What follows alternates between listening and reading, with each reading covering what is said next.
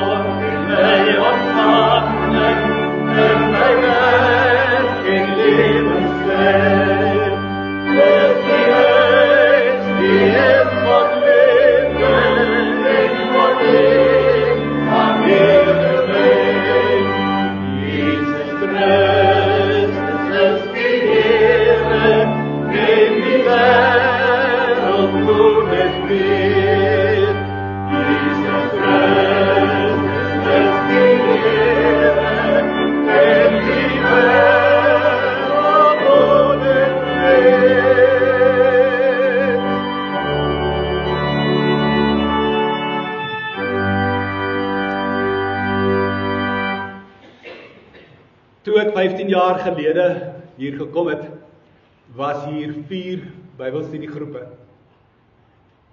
Die een was op Heinersburg, waarvan Tannie Shara die verteenwoordiger is. Dan hier is El Nathan, waarvan Christa die verteenwoordiger is. En die een is hier by Wolkberg, waarvan Lena die verteenwoordiger is.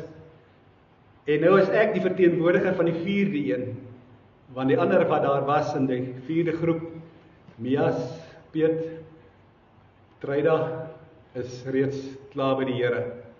Hulle kan hom nou direk vra.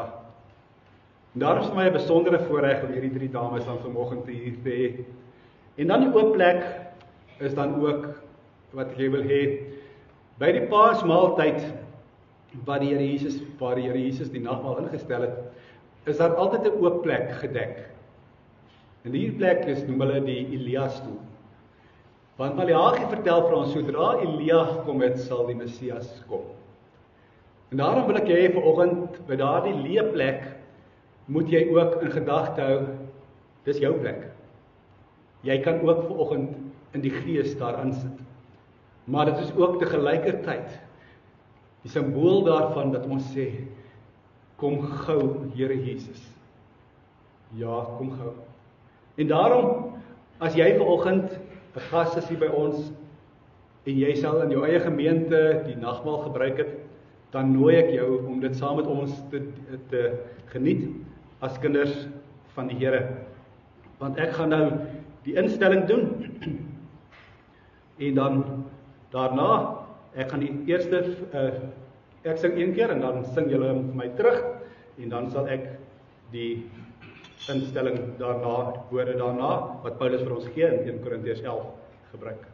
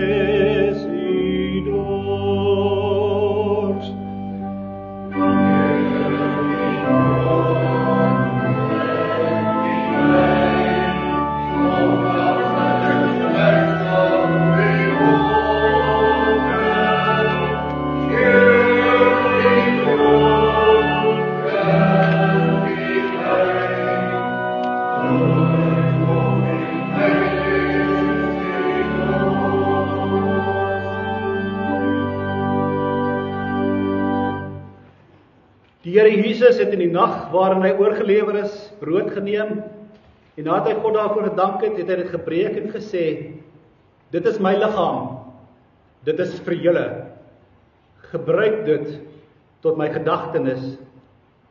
So het hy ook na die nagmaal die beker geneem en gesê, hierdie beker is die nuwe verbond, wat deur my bloed beseël is, gebruik dit elke keer, as julle daaruit wil drink, tot my gedagtenis.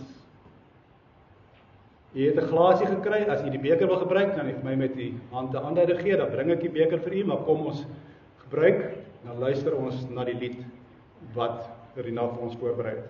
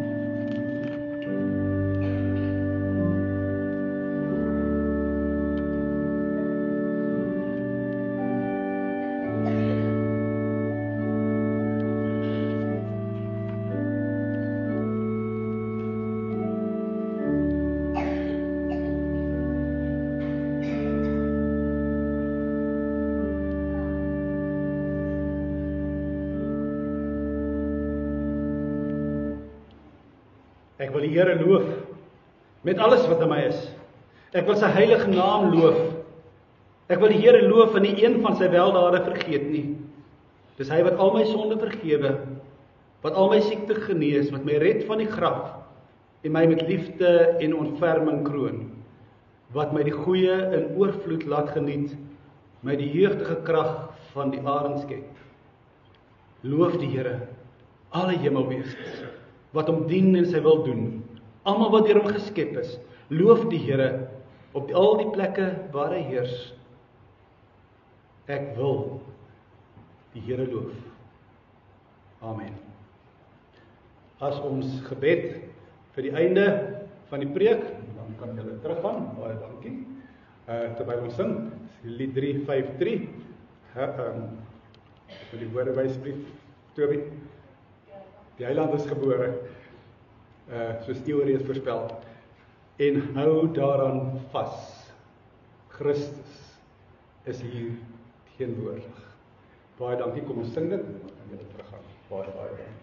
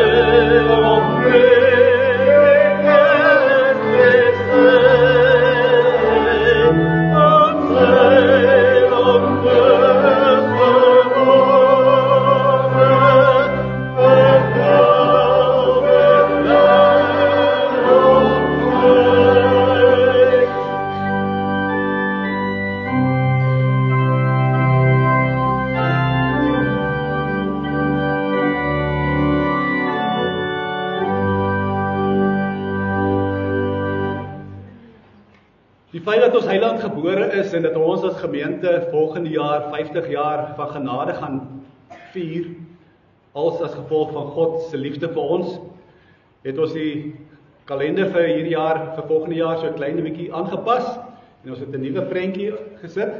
Daar is van die kalenders beskikbaar daar agter. Ek gaan vra dat ons op hierdie stadium net een vat per gesin, asseblief, dan kan ons later, as daar weer extras is, kan jy weer kry, maar dat ons dan die 50 jaar van genade, wat ons van God ontvang het, ook sal kan afmerk op hierdie kalender. Julle sal ook sien dat ja, weer, soos vir hierdie afgelope jaar, is die teksverse vir die tekste van die spesifieke Sondag, is aangedui op die Sondag, en die kategese ensovoorts, is als daarop aangedui.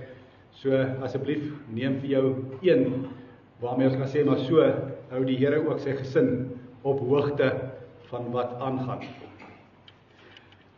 Daar is twee tekste vanoggend, Genesis 3 vers 20 tot 22 en dan Lukas 24 vers 28 tot 32.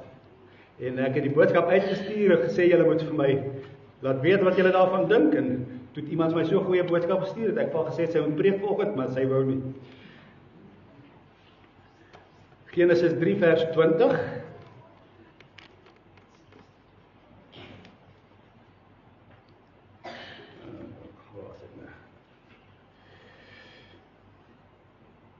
Julle ken nou die verhaal, die vrou wat na die slang luister, die vrug eet, en ja, weet daar is 'n verskil van mening. Ek glo nog al die jare is 'n perske, my vrou glo dis 'n vy, ander dink is druiwe, maar dis 'n vrug. Dit is nou nie regtig belangrik en die feit bly dat ons mag hom nie geëet het nie, wat dit ook al was. En dan vers 20, die mens het sy vrou Eva genoem, sy was die moeder van alle mense, en daarna, nee wag, dit is Jakob die verkeerde teks.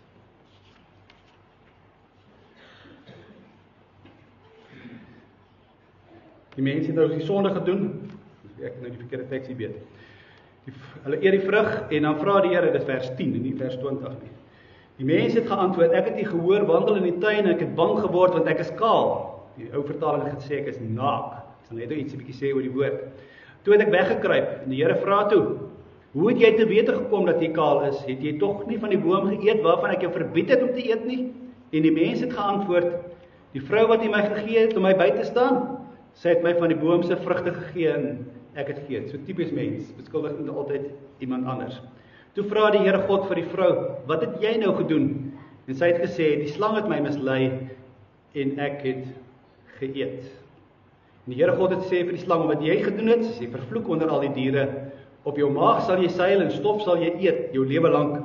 Ek stel vyandskap tussen jou en die vrou, tussen jou nageslag en nageslag. Dis 'n belangrike teks, die eerste belofte, ek stel vyandskap tussen jou en die vrou, tussen jou nageslag en haar nageslag. Hy sal jou kop vermorsel. Die Nuwe Afrikaans sê dit, hy sal jou kop stukkend slaan, dink ek. Dis 'n baie sagter woord, maar ek dink vir Brysil is 'n goeie vertaling. Die vrou het vir die Here gesê, ek sal jou baie swaar, jou lewe swaar maak met jou swangerskappe, met pyn sal jy kinders in die wêreld bring, en na jou man sal jy hinker.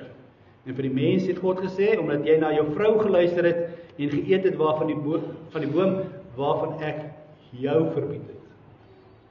Onthou, toe God die gebod instel, toe was die vrou nog nie daar nie, die man was daar. Hy moes vir haar vertel het, en dan kom die Here en dan sê hy hierso, is die boom waarvan ek jou verbied het jy ook geëet, is die aarde deur jou te doen vervloek. So die vrou is nie die vrou se skuld nie. Die aarde is vervloek as gevolg van die man wat geluister het na sy vrou. Die aarde sal vir jou dorings en distels uitspruit, en jy sal veldplante eet, en net deur harde werk sal jy kan eet, totdat jy terugkeer na die aarde toe, want daaruit is jy geneem. Stof is jy, en jy sal weer stof word. Die mens het sy vrou Eva genoem, sy was die moeder van al die mense. Die naam Eva, in Hebreëus is dit Gawa, is dieselfde woord as die woord vir lewe. Daarna het die Here God vir die mense sy vrou veldklere gemaak, en hulle dit aangetrek. Toe die Here God gesê, die mens het nou soos een van ons geword, deurdat hy alles kan ken. As hy nou maar net nie sy hand uitsteek en die vrug van die boom van die lewe vat, en daarvan eet, en altyd bly lewe nie. En daarom het die Here God die mens weggestuur uit die tuin van Eden, om die aarde te gaan bewerk, die aarde waarin hy gemaak is. Die Here God het die mens uitgedryf, en om die toegang van die boom van die lewe te bewaak, het hy oos van die tuin gerubs gesit, en ook 'n vlammende swaard, wat heen en weer beweeg. En dan die teks uit Lukas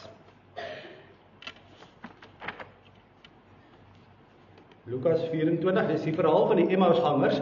Hulle is op pad terug na hulle huis toe in Emmaus, dis so ongeveer 11 km buitekant Jerusalem, wat hulle gestap het. Die gemiddelde Jood het so tussen 7 en 11 km per uur gestap. So dit was so 2 ure se stap terug van Jerusalem af na Emmaus toe. Nou toe hulle sluit Jesus by hulle daar aan, maar dan staan daar hulle oë was verduister gewees, sodat hulle hom nie herken het nie, en Jesus vra nou vir hulle, maar wat het gebeur, en dan vertel hulle vir hom, en julle sal, as jy daar die stukkie gaan kyk, moet jy gaan kyk, hoe baie keer daar so die woordjie ons voorkom, ons, wat geweldig baie sterk voorkom. vers 28 dan, as Jesus in Emmaus kom, dan sê hulle maar, kom ons gaan eet, en Jesus, hulle nooi dan vir Jesus om te gaan eet. Toe hulle by die dorpie aankom waarheen hulle op pad was, het hy gemaak of hy verder wil gaan. Hulle het egter by hom aangedring gesê, bly by ons, want dit is amper aand, en die dag is verby. Amper aand is vir jou 'n sleutel, wat jou na die Genesis verhaal toe vat. Want wanneer het God by die mense kom kyk? In die aand.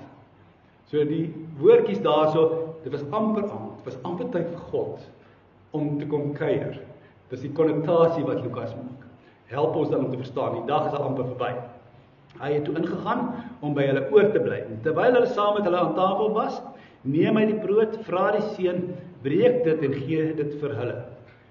Toe gaan hulle oë oop, en hulle het hom herken, maar hy het hulle gesig verdwyn. Hulle sê toe vir mekaar, het ons hart nie warm geword, toe hy op die pad met ons gepraat het, en vir ons die skrif uitgelê. Net die gedeelte dan vanoggend uit hierdie teks. Ek het vanoggend spesifiek weer hier by die tafel kom staan, nie op die preekstoel nie. Want ek dink dat ons dikwels die woord mis van die preekstoel af, want jy verwag van die dominee om van die preekstoel af die woord van die Here te verkondig. Maar ek wil vanoggend hê die tafel moet harder praat, as wat my preek moet praat. Vandag het ons gekom om die brood en die beker te gebruik. En as ons gaan kyk na die Genesis verhaal, en ons gaan kyk na die verhaal hier in Lukas 24, dan gaan dit weer oor eet, oor die gebruik van voedsel. En dan is daar in al twee tekste hierdie uitdrukking. Hulle oë het oopgegaan, eintlik in die passief. Hulle oë is geopen. Staan in Genesis sowel as in die Lukas teks staan dit so. En dan wanneer hulle oë geopen is, skielik sien hulle, en neem hulle iets waar wat hulle vroeër nie raak gesien het. Die vrou en die man sien dat hulle naak is. En die Emmausgangers besef, hierdie is die man wat gekruisig is, wat nou hier by ons is. Die woordjie vir hulle oë is geopen, is saamgestel uit 'n voorsetel en 'n werkwoord in die Grieks. En dit het die bedoeling om te sê dat die werkwoord het 'n baie besliste gerigtheid. Daar's 'n besliste doel hoekom hierdie werkwoord gekies is. Hulle oë word geopen vir 'n baie spesifieke doel. En hier begin God se aksie deur die Heilige Gees, wat God as hy vir die mens daar in Genesis 2 vers 7 die Gees van die Here in hom blaas. In die Griekse vertaling van beide die Genesis en die Lukas teks is dit hierdie passiewe vorm, want die passiewe vorm word gebruik om die gebruik van God se naam te vermy. Daarom is hulle oë geopen. Want die bedoeling is, God het hulle oë oopgemaak. En die verskil is, dat wanneer Genesis se oë geopen word deur God, dan sien die mens, ons is naak, ons is verkeerd. Ek gaan nou iets weer daaroor sê. Maar wanneer die Lukas teks praat van hulle oë is geopen, dan sien hulle skielik nie naaktheid nie, maar volheid. Oorwinning oor die dood. Jesus het opgestaan, soos hy beloof het. En daarom moet ons die passiewe vorm wat in die Afrikaans voorkom, baie mooi verstaan. Dit gaan nie net daaroor dat hulle skielik kon sien nie. Dit gaan daaroor dat hulle insig gekry het oor die situasie waarin hulle is. Die Emmausgangers verstaan daarom dadelik nie iets meer is in die nagmaalswoorde as neem en eet, dis my liggaam. Want die brood simboliseer die menswording van Christus. Hy het nie gekom as 'n idee nie. Hy het nie gekom as 'n storie nie, as 'n mite nie. Maar as 'n werklike mens van vlees en bloed. En dit is wat ons met Kersfees vier. God het mens geword en onder ons kom woon. Hierdie volle mensheid van Jesus is belangrik vir ons verstaan, vir wat Jesus kom doen het. Ons sien dit in die manier van hoe Jesus die skrif uitlê vir hulle aan die twee wat daar staan.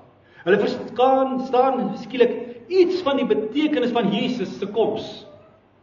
Sy lewe, sy kruis, sy genesing, sy wonders, sy opstanding. En daarom sou hulle ook kon glo. As dit alles so besonder was, dan is sy belofte van die wederkoms ook 'n hoopvolle betekenis. Daarteenoor kry ons in Genesis 3 vers 7 dat die mens se oë oopgemaak word. En dan sien hulle dat hulle naak is. En die woordjie vir naak wat daar gebruik word, kom net 10 keer in die hele Ou Testament voor. Daar's baie ander tekste wat praat van mense wat kaal is, maar hierdie spesifieke woord kom net 10 keer voor. 3 keer hierso in Genesis 3 vers 7 tot 10, 1 keer in Deuteronomium 8 en 6 keer in Esegiel. En elke keer as jy hierdie woord raak lees in die Hebreëus, het dit een betekenis: weerloosheid. Ek staan sonder beskerming. Ek staan sonder enigiets tussen my en my teenstanders daar buitekant. Dit het te doen met 'n gebrek aan beskerming en versorging. En daarom is die eerste ding wat die mens sien wanneer hy sonde doen is, nou is ek sonder beskerming. Nou is ek weerloos teen die sonde. Die sonde word my vyand, die sonde word my dorings, my distels. Die sonde word 'n aarde wat nie sy deel sal gee nie. Dit maak ons weerloos. En hier sien ons die lig van die verlossing as God se eerste belofte, soos 'n flikkerende kersvlammetjie. In Genesis 3 vers 15 sê, daar sal iemand kom. Daar sal iemand kom wat die slang sal vermors. Daar sal iemand kom wat die gevaar en die bedreigings van die wêreld sal vernietig vir julle as mense. Waar die mense in die tuin die weerloosheid raak sien wat ons ook self raak sien in ons lewe. Daar gryp ek en jy met krampagtige hande na hierdie belofte van God. Daar sal een kom. Sal een kom wat ons gaan verlos. Maar tot dan was die vlammetjie wat maar net flikker in die wind. Ons het in die duisternis gewandel. Ons het weerloos en broos gebly. Maar nou skielik vertel Lukas vir ons. Nou gaan ons oë oop. Nou kan ons sien, die laaste vyand, die dood, is oorwin. Ons hoef nie meer bang te wees. Ons is nie meer weerloos nie. Ons het 'n beskutting, ons het 'n kleding teen hierdie vyande van ons. Die brood wys daarom na Jesus se menswording. Maar wanneer hier Lukas 22 vers 20 sê, dit is die nuwe verbond in my bloed, dan het ons met meer te doen as net sy menswording. Ons het te doen met 'n mens wat betaal het sodat ek en jy weer kan opstaan, beskerm kan word teen die aanslag van die Satan. Hy kom as die lam van God, sê Johannes, die offerlam, sodat ons met nuwe oë kan kyk, dat wanneer ons die nagmaal gebruik, gaan dit net meer as brood en wyn.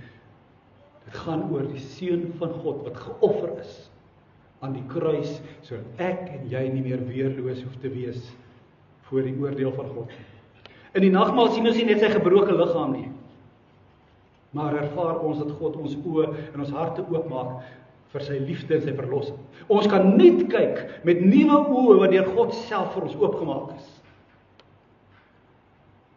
Toe hy met hulle aan die tafel gesit het, het hy die brood geneem, gedank, gebreek en aan hulle gegee, en hulle het hom herken. Dit herinner ons aan Johannes 20, toe Jesus skielik daar tussen sy disippels staan.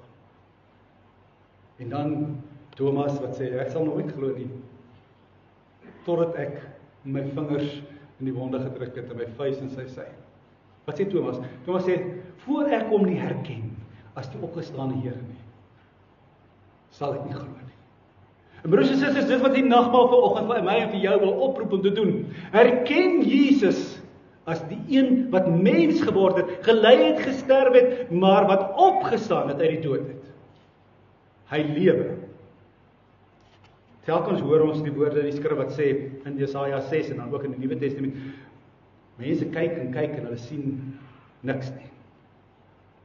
Hulle luister en hoor eintlik maar niks. Of hoor en luister niks. En dit is hoekom ek net daarna verwys het.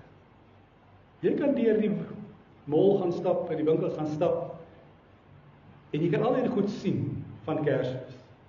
Al die musiek hoor van Kersfees. En eintlik nie agterkom dat Jesaja reg is as hy sê, selfs die heidene loof God nie. Dit hang net af hoe ons kyk. Ons kan, die ergste is vir my, ons kan raak sien. Ons weet dis Kersfees goed. Maar dan kies ons die negatiewe goed daarvan. Ja, dis nagemaakte blomme, dis 'n sekulêre musiek. Ons kan moedswillig teen God bly kies. Dis wat die mense in die paradys gedoen het. Hulle was moedswillig teen God gewees. Ons ontvang alles van God. Alles. Selfs ons begrip. Maar dan kan ons steeds weier om te glo. Dis een ding wat God ons nie kan maak doen nie. God kan ons nie maak glo nie. Hy kan vir ons geloof gee. Ons kan dit erken as geloof. Ons kan erken dat Jesus gekom het. Ons kan erken dat Jesus gesterf het. Ons kan erken dat Jesus opgestaan het. Maar ons kan steeds weier om te glo. Die Emmausgangers vertel vir ons iets van om te hoor en dan te hoop. Die hoop dat hierdie een die regte een is. Dat hy die een is wat die slang se kop vermors het. Maar solank ons vaskyk teen lewensvrae en uitdagings in die lewe, dan is ons reaksie soos die van die vrou. En gaan lees die teks weer in Genesis. Dis net op haarself. Dis mooi om na te kyk. Dis goed om te sien. Dit sal lekker wees om so slim te wees. Selfgerig. En dis die sonde van ons as mensdom. Is ons selfgerigtheid. Nie gehoorsaamheid aan God nie. Die begeerte om te bereik, om te kry, om te kan hê. Ons staar ons vas teen ons begeertes. En ons word by ou ene gekonfronteer met ons weerloosheid, ons kwesbaarheid.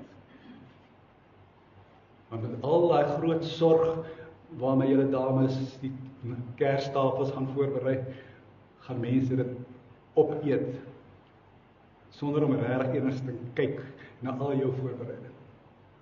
Die sorg waarmee persente toegedra is, gaan oopgeskeur word. En dis 'n negatiewe manier van kyk. En dis wat ek wil hê jy nie moet doen nie. Wanneer hulle daar weg lê aan daai kos wat jy voorberei het, sê net, hulle geniet dit. Hulle hou daarvan. Wanneer daar die persente oopgeskeur word, sê eerder, hulle kan nie wag om te sien wat daar binne-in is nie. Hou op om negatief te dink. Praat positief. Dink positief. Want is hierdie weerloosheid van ons, hierdie manier van ons om altyd net vir onsself te dink, en aan onsself te dink, wat die slang in die tuin uitbuit. Dis eers wanneer ons die een sien, wat in weerloosheid gevange geneem, gekruisig word, dat ons besef, daar's 'n stuk krag in gehoorsaamheid aan God. En daarom bly die nagmaal vir my en vir jou die herstel van die verkeerde eed van die paradys. Want die nagmaal se fokus is op Jesus. Hy wat gekom het, hy wat gelei het, hy wat gesterf het, hy wat opgestaan het en hy wat beslis weer sal kom. Dit lê klem op sy menswording. Hy kom in ons wêreld uit. En daarom kan ons as mense weet hoe ons as 'n mens voor God kan lewe. Hy het ons gewys hoe. Hy ly vir ons sonde. En wanneer ons nou lyding ervaar, hartseer, verlange, is dit nie omdat God ons verwerp het nie. Dink jy nie Jesus het op daardie oomblik in Getsemane verskriklik na God verlang nie? Ek sê net as ek kan. Maar hy het op hom geneem. Hy het gesterf as die lam van God vir my en vir jou. Hy het sy lewe vir ons gegee. Soos die paaslam sy lewe gee vir die hele Israel, so die Here Jesus sy hele menslike lewe gegee as 'n offer vir ons sondes. Nie net die kruis nie. Ook sy menswording. Ook sy menswees. Ook sy lyding, sy kruis vorm deel van die offer wat hy gegee het. Eintlik moet ons Kersfees met diep hartseer herdenk. Dit is interessant dat in die klassieke wêreld het mense nooit 'n geboortedag gevier nie. Want het hulle gesê, wat lê vir hierdie kind voor? Seer kry, swaar kry, leed, lyding, hongersnood, oorlog. Maar hulle het mense se sterfdag gevier. Want dan kon hulle sê, hierdie persoon het goed gelewe. Die Latynse uitdrukking wat sê, moet niks van die dooies sê, behalwe iets goeds nie, is 'n refleksie op hierdie ding. Christus kom en hy sê vir ons, hy deel ons menswees, in die goeie en die slegte. En dan lyk dit vir my, moet ons eintlik met Paasfees, met Pinkster, moet ons vier. En daarom, in die nagmaalsformulier staan daar spesifiek geskrywe, dat al is die nagmaal in die teken van rou en hartseer, is daar 'n diep geheim in vasgeval van die lewe.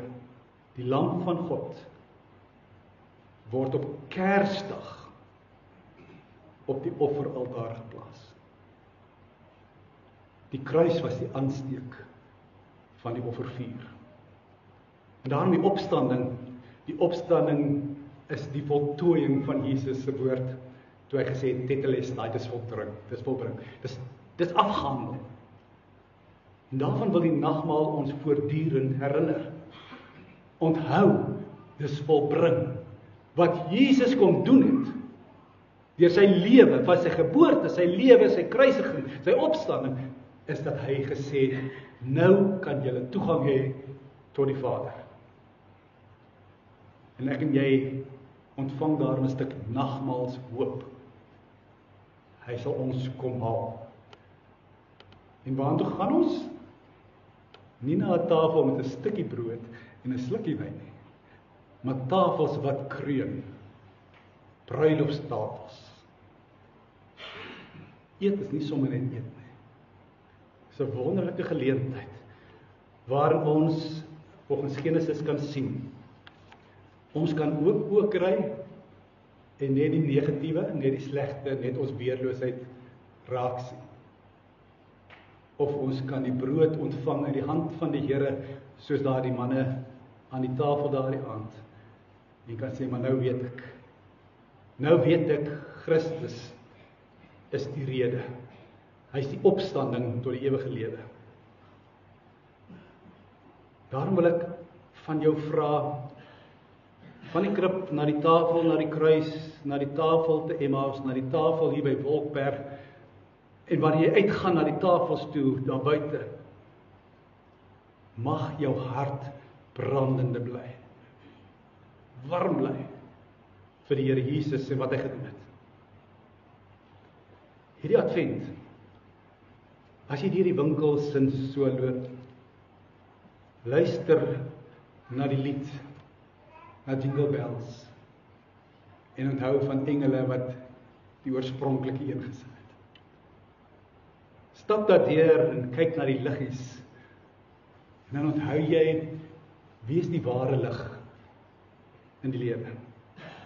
En as jy by jou tafel aansit later in die maand, dink aan die gawes van die wyse manne. En dan dink jy aan hierdie gawe van God, wat hy vir ons gegee het, toe hy sy seun gestuur het, sodat elkeen wat in hom glo, nie verlore sal gaan nie, maar die ewige lewe sal hê. Ek bid vir nuwe brille vir ons, 'n nuwe manier van kyk, nuwe oorvode, vir beter te kan hoor. Amen.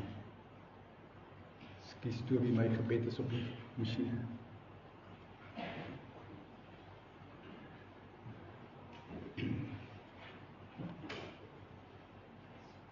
Jesus, U wat aan die regterhand van die Vader sit, dink aan ons.